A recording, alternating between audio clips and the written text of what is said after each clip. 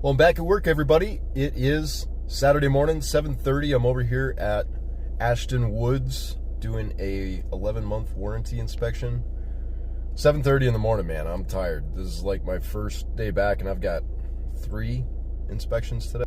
Now, there's still a bunch of brand new homes going up in the neighborhood. We got houses over there being built, a bunch of workers showing up. So the neighborhood is under construction. But I'm going to a house just a couple blocks over that has been here for 11 months, or at least that's when they bought it last. So we're gonna walk through, throw some blue tape up, point out some stuff, do the best we can. Then we've got a 1 o'clock in Buckeye, and then another 4 o'clock in Phoenix. Should be a big Saturday. Oh, we had a few cracked tiles, a few more cracked tiles, then a couple more cracked tiles. A few cracked tiles by the toilet here. On the side of the house, I saw that the grading was really low and there was paint visible, and I'm just really concerned about the water getting underneath the foundation. These are post-tension slabs, so they're put here because this is expansive soil and we want to make sure that nothing moves around with the foundation. So having that post-tension slab is a really good upgrade, but we still need to bring that grading up to above the paint and a few inches above that foundation bottom, the stem wall bottom, to make sure that water doesn't get underneath that foundation and underneath your slab, because that's going to cause your settlement and foundation issues. But not a bad house. So we've got the screen door here that slides good over here, but once you get here it binds up. You can see the trim on that window is kind of pushed out. That's what's binding up on this screen here. Screen door won't open.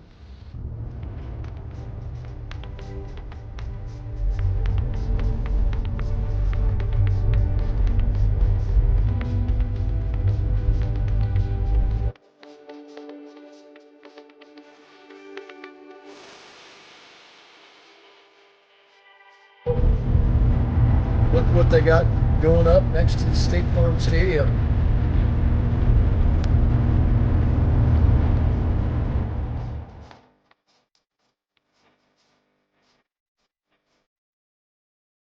Constantly, and like, oh my God, look at that outlet. Oh my God, look at that. You know, but this house has got some issues. We got a dishwasher leaking out of the wall. Oh, come on, man. What is that leaking from? Oh, what is that, an apple? What is that, an old apple or something? Ugh. Come on. Gross. Well, obviously the dishwasher door is leaking right there. Leaking underneath the cabinets, leaking back onto the floor in the kitchen. And we got some debris. Yeah, it's always a good idea to use a filter. When you don't have a filter in here, all this dirty air just goes up into your ductwork and it collects inside the ductwork. So you can breathe all of this in anytime this dislodges and gets sent through the air conditioning system and out your vents. So yeah, you gotta use a filter, man. This is going up to the rooftop package unit up on the roof. You can actually see the ductwork up at the end there. It looks like that's been replaced at some point. But this duct in between the air return, where the air filter goes, and the air conditioner up on the roof, doesn't look like it's been cleaned for a very long time. So we need to get somebody in here to clean this up. So this is where that air gets sucked up.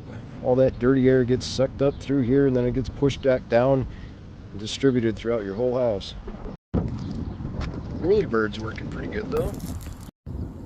Not only is this inadequate overhang for a flat roof over a patio, but you can't use screws and nails to hold it down. Now you just created more water entry points into the surface. I have an attic that I can't get into because there's loose wires up there. Major fire hazard. So this is the primary closet with the attic hatch in it. You got your doorknob and you got a deadbolt. Yeah. You got a deadbolt on this guy. Wonder what that was for. Maybe they could also cut an attic hatch that actually fits.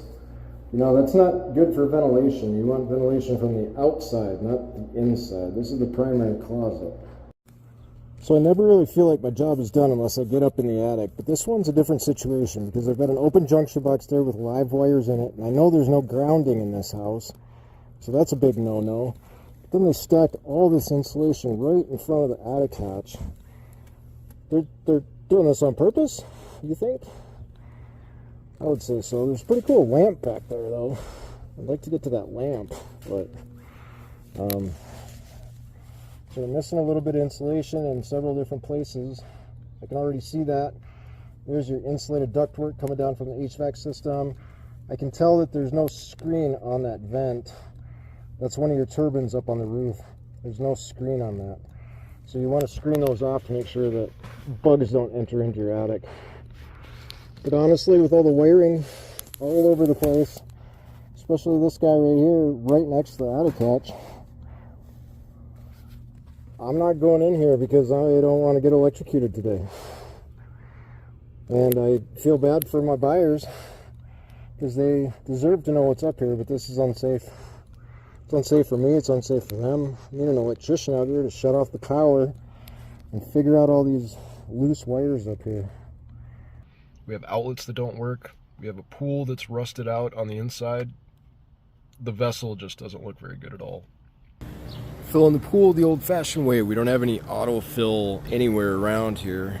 A backflow preventer prevents the water from getting sucked up through this hose. Yeah, I don't even know where they're hooking it up at. Closest hose bib back here is on the other side of the house. So they likely hook it up all the way over here, and yeah, there's no anti-siphon, no backflow preventer. So say a fire truck hooks up to a fire hydrant down the street and they start sucking water to put out a house fire, it's going to suck up all this water, and if that hose is inside the pool, it could suck that pool water right into that spigot, and then that'll go in through your potable supply. Big no-no. Typical greedy bastard flipper. Can't even scrape or sand before you paint. Nice shiny black soffit with all this loose paint underneath of it. What a mess. Idiots. You always got to be safe around electricity, especially if you see outlets like that, because that's telling you there's no ground in this house. So if you get electrocuted or electrified, it's gonna hurt.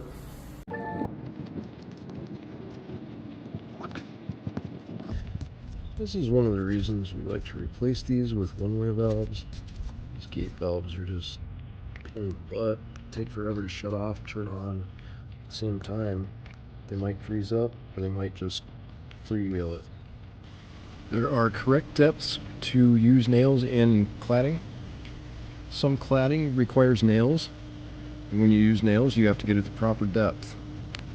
Not like that, or like that, like that, or any of these really. You can't over drill these nails or over hammer these nails. You're gonna have water issue problems down because all the water running down is gonna go right into that hole.